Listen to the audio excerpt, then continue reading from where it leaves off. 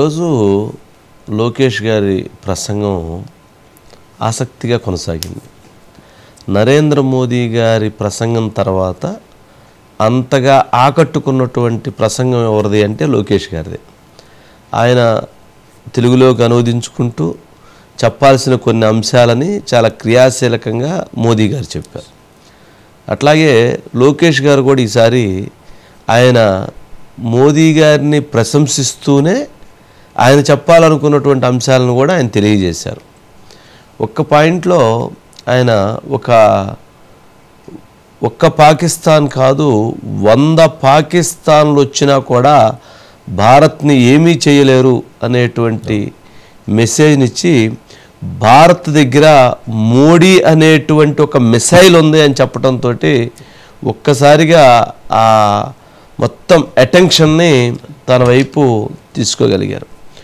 రెండోది, రైతులకు సంబంధించి శిరస్సు వంచి పాదాభివందనం చేస్తున్నాను అని కూడా వాళ్ళు చేసినటువంటి పోరాటాలు, వాళ్ళ యుద్ధము, వాళ్ళకు సంబంధించి వాళ్ళు చేసినటువంటివన్నిటి విషయంలో కూడా శిరస్సు వంచి పాదాభివందనం చేస్తున్నారు అని కూడా వారు అక్కడ తెలియజేశారు. కారణం ఏంటి అంటే ఆ రైతుల వలనే ఈరోజు ఇదంతా సాధ్యం అవుతుంది అనే విధంగా.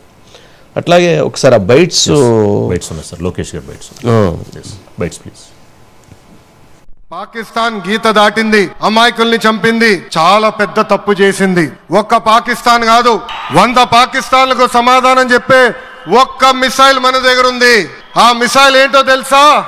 నమో గౌరవ ప్రధానమంత్రి నరేంద్ర మోడీ గారు 8 ఏళ్ల పిల్లోడి దగ్గర నుంచి 80 సంవత్సరాల వృద్ధుడు వరకు జై అమరావతి అంటూ జెండా బతుకుని రోడ్డు పైకి వచ్చి ధర్నాలు చేస్తాం, పోరాటాలు చేస్తాం మనందరం చూసాం. జై అమరావతి అన్నందుకు రైతులకి సంఖ్యలు వేశారు. జై అమరావతి అన్నందుకు మహిళా రైతుల్ని పోలీస్ బూటులతో తన్నిచ్చారు. జై అమరావతి అన్నందుకు రైతుల్ని ఏకంగా పెయిడ్ ఆర్టిస్టులు అన్నారు. ఎన్ని అరాచకాలు చేసినా అమరావతి రైతులు తగ్గేదే లేదన్నారు. సుమారుగా 3000 మంది రైతుల పైన ఆనాటి ప్రభుత్వం దొంగ కేసులు పెట్టింది. ఎన్ని కుట్రలు చేసినా జై అమరావతి అన్న నినాదం ఆపలేకపోయారు. అయినా ఆపేదానికి పీకేదానికి అమరావతి ఎవరో ఇంట్లో పెంచుకున్న మొక్క కాదు, జనం గుండెల్లో దాచుకున్న ప్రజా రాజధాని. సింపుల్గా అన్ని చెప్పాల్సిన పాయింట్స్ అన్ని చెప్పేశారు.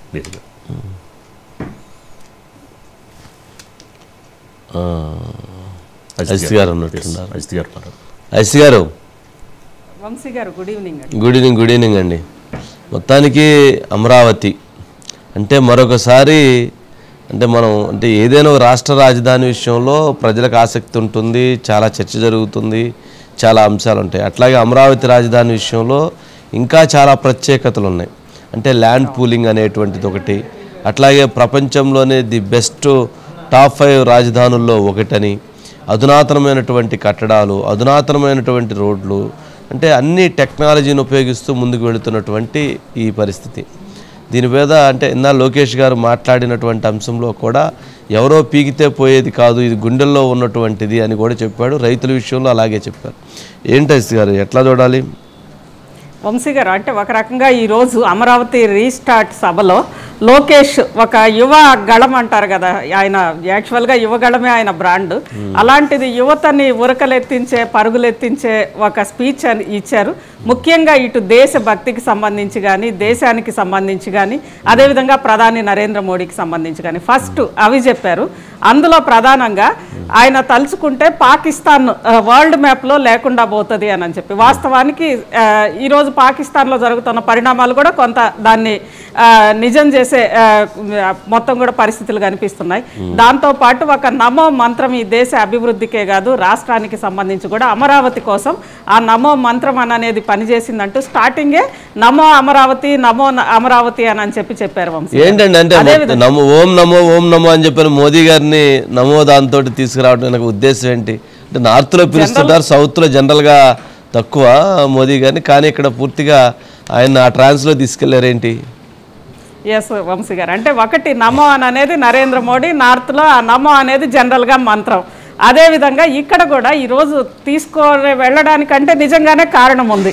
మనం దాదాపు గత 5 ఏళ్లుగా చూసాం. ఈరోజు అందరూ కూడా అదే దాన్ని గుర్తు చేసుకున్నారు వంశీ గారు.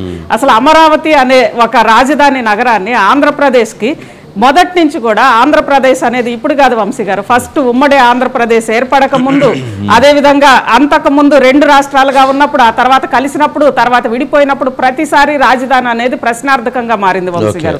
ఎందుకంటే మద్రాసు నుంచి ఇటు విడిపడ్డప్పుడు ఆ రోజు రాజధాని లేదు, మద్రాసు ఆ రోజు తెలుగు వాళ్ళది, అక్కడి నుంచి రాజధాని లేదు.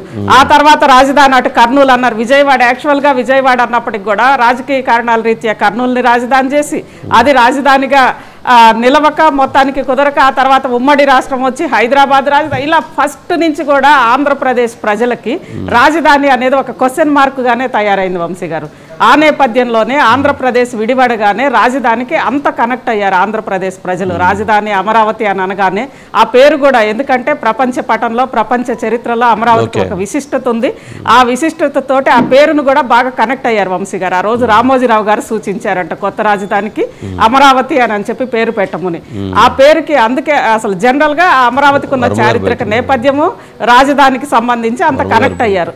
ఆ తర్వాత జరిగిన దీంట్లో చివరికి రైతులు 1631 రోజులు చేసిన ఒక ఉద్యమానికి సంబంధించి, ఆ ఉద్యమం తర్వాత ఆ ఉద్యమం ఒకవైపు వంశీ గారు, మరోవైపు ఈవెన్ కేంద్ర ప్రభుత్వం కూడా గత 5 ఏళ్లుగా కేంద్ర ప్రభుత్వం గనక అనుకుంటే ఒకవేళ అమరావతి ఆ 3 రాజధానిలో ఏదో అయిపోయేది, కానీ అమరావతికి రక్షణగానే నిలబడింది వంశీ గారు కేంద్ర ప్రభుత్వం. దానివల్లే ఈరోజు, ఎందుకంటే మోడీ చేతుల మీదుగా శంకుస్థాపన జరిగింది కాబట్టి కొంతవరకు అమరావతి పరిరక్షణ దిశగానే అమరావతి రాజధానిని అలా ఉంచారు. ఖచ్చితంగా కేంద్ర మద్దతుతోటే అమరావతి అలా ఉంది. ఈరోజు ప్రధాని మోడీ కూడా చెప్పుకొచ్చారు దానికి సంబంధించి. అమరావతి గత 5 ఏళ్లలో కూడా వాళ్ళు అమరావతికి ఏమేమి శాంక్షన్ చేసింది అని చెప్పి. ఆ నేపథ్యంలో మళ్ళీ ఈరోజు సగర్వంగా అమరావతి, ఇంత పోరాటాల చరిత్ర, ఇంత పోరాటాల తర్వాత రాష్ట్ర రాజధాని కోసం జరిగిన పోరాటాలు ఎక్కడా కూడా ఇంత పోరాటాలు జరగలేదు వంశీ గారు. అలాంటిది ఇంత పోరాటాల తర్వాత అమరావతి నిజంగా ఒక ఉద్విగ్నమైన క్షణం ఆంధ్రప్రదేశ్ ప్రజలకి. అలాంటి అమరావతి మళ్ళీ సాకారం అవుతున్నప్పుడు ఖచ్చితంగా ఆ ఎమోషన్ ఉంటుంది వంశీ గారు. ఆ ఎమోషన్కి కారణం ఖచ్చితంగా నరేంద్ర మోడీ అనేది రైతుల ఉద్యమం ఎంతవరకు అమరావతిని నిలిపిందో అదేవిధంగా కేంద్ర ప్రభుత్వ సపోర్ట్ కూడా అంతే నిలిపింది. కాబట్టి నరేంద్ర మోడీ గారు కాబట్టి జనరల్ గా మన తెలుగు ప్రజలు అంత, అంటే ప్రధానికి అంత కనెక్ట్ అయ్యే పరిస్థితులు ఎప్పుడు కూడా ఉండవు వంశీ గారు. అయినా సరే ఈ రోజు ఆ నమో మంత్రం పట్ల అక్కడ ఆంధ్రప్రదేశ్ లో ప్రజలందరూ కూడా ఎందుకు అంత ఎమోషనల్ అయ్యారు, ఎందుకు అంత కేరింతలు కొట్టారంటే ఖచ్చితంగా అమరావతి అలా ఉండడానికి కేంద్ర ప్రభుత్వమే కారణము, ప్రధాని నరేంద్ర మోడీ కారణం. కాబట్టి అదేవిధంగా దాంట్లోనే చాలా అసలు ఉత్సాహంగా అందులో వరుసగా ప్రాజెక్ట్స్ ఇస్తానే వచ్చారు కదా వంశీ గారు. ఎలక్షన్ అయిన తర్వాత అటు నిధులు కానీ రైల్వేలకు సంబంధించి కానీ అన్నింటినీ కూడా టక చాలా స్పీడ్గా అమరావతికి శాంక్షన్ చేశారు. కాబట్టి చాలా ఉత్సాహంగా లోకేష్ గారు మొత్తం, అంటే నరేంద్ర మోడీని నమో నమో నమో అని చెప్పి ఒక 5-6 సార్లు చెబుతూ, అందులో ఇటు ఒకటి దేశం కూడా వంశీ గారు, ఒక పక్క పాకిస్తాన్ తోటి యుద్ధ వాతావరణం ఉన్న నేపథ్యంలో ఖచ్చితంగా పార్టీలకు అతీతంగా కూడా ప్రధానికి అందరూ కూడా సపోర్ట్గా నిలబడాలి. దాంట్లో భాగంగానే ఒక దేశభక్తి అనే ఒక ఇష్యూలో దేశం అంతా కూడా ఒక తాటి మీద ఉండాలి కాబట్టి దేశంతో కనెక్ట్ చేశారు వంశీ గారు. అదేవిధంగా రేపు జూన్లో కూడా ఇక్కడ ఇది జరుగుతుంది కదా, వరల్డ్ యోగా డే. మొత్తం యోగా డే ద్వారా ఆంధ్రప్రదేశ్ని మరొకసారి మొత్తం ప్రపంచం దృష్టికి తీసుకెళ్లాలని, దాంతోపాటు ఒక బాలకృష్ణ డైలాగులు ఈరోజు కనిపించినాయి వంశీ గారు. అంటే బాలకృష్ణ ఆవేశము, అదేవిధంగా చంద్రబాబు నాయుడు గారు ఆలోచన, ఆ రెండు కూడా లోకేష్ గారి స్పీచ్లో కనిపించినాయి వంశీ గారు. ఓకే అండి. మొత్తానికి అంటే ఎక్కువ మంది రైతులు మనం చూస్తే అందరూ ర్యాలీగా వచ్చినట్లున్నారు. అందరూ ఒక ఫ్లాగ్ తోటి వచ్చారు, అట్లాగే పచ్చకండవాతోటి వచ్చారు. ఒక వినూత్నంగా వాళ్ళందరూ కూడా భాగస్వామ్యం అవటం కూడా చాలా క్రియాశీలకంగా, ఇది మాది అనేటువంటి ఒక అభిమానం. ఎందుకంటే వాళ్ళ పోరాట ఫలితమే కదా అది. రైతు గారు అవును వంశీ గారు, ఒకటి అమరావతిని బతికించుకుంది రైతులు. అమరావతి అసలు ఫస్ట్ అమరావతి అన్న భావనని నిజం చేయడానికి రైతులు ముందుకొచ్చి భూములు ఇవ్వడము, ఆ తర్వాత అమరావతి మీద జరిగిన కుట్రని ఛేదించి మొత్తం కూడా ఒక మహోత్తర పోరాటం చేసి 1631 రోజుల పోరాటం వంశీ గారు. అది కూడా ఎంత దారుణంగా హింసించారో వాళ్ళని మనం చూసాం. అయినా సరే ఎందుకంటే సెకండ్ టైం ఈ న్యాయస్థానం దేవస్థానం యాత్రకి అటు శ్రీకాకుళం వెళ్ళేప్పుడు మధ్యలోనే అధికార పార్టీకి సంబంధించి మంత్రులు అందరూ ఎదురొచ్చి అడ్డుకొని, అంటే లా మేకర్స్ లాని కాపాడాల్సిన వాళ్ళు వచ్చి మహిళల మీద దాడులు చేశారు వంశీ గారు. అలాంటి పరిస్థితుల్లో అయినా సరే వాళ్ళు మొత్తం కూడా బతికిచ్చారు. అమరావతి అన్న నినాదాన్ని బతికిచ్చారు, అమరావతి భావనని బతికిచ్చారు, అమరావతిని బతికించుకున్నారు. అదేవిధంగా అధికారికంగా కూడా వాళ్ళు అమరావతిలో వాళ్లే భాగస్వాములు వంశీ గారు. ఎందుకంటే వాళ్ళ భూములు ఇచ్చారు వాళ్ళకి, అండ్ అమరావతి రాజధానికి సంబంధించి ప్రభుత్వానికి మధ్య కుదిరింది ఒక అగ్రిమెంట్, ఒక కాంట్రాక్ట్. అమరావతి ఉన్నంత కాలం ఆ రైతులు అందులో భాగస్వాములు వంశీ గారు, వాళ్ళు యజమానులు కూడా అమరావతికి.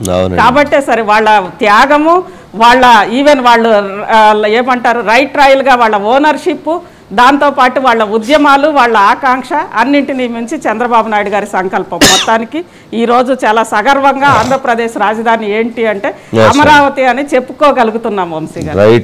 రైట్ అండి, థ్యాంక్ యూ.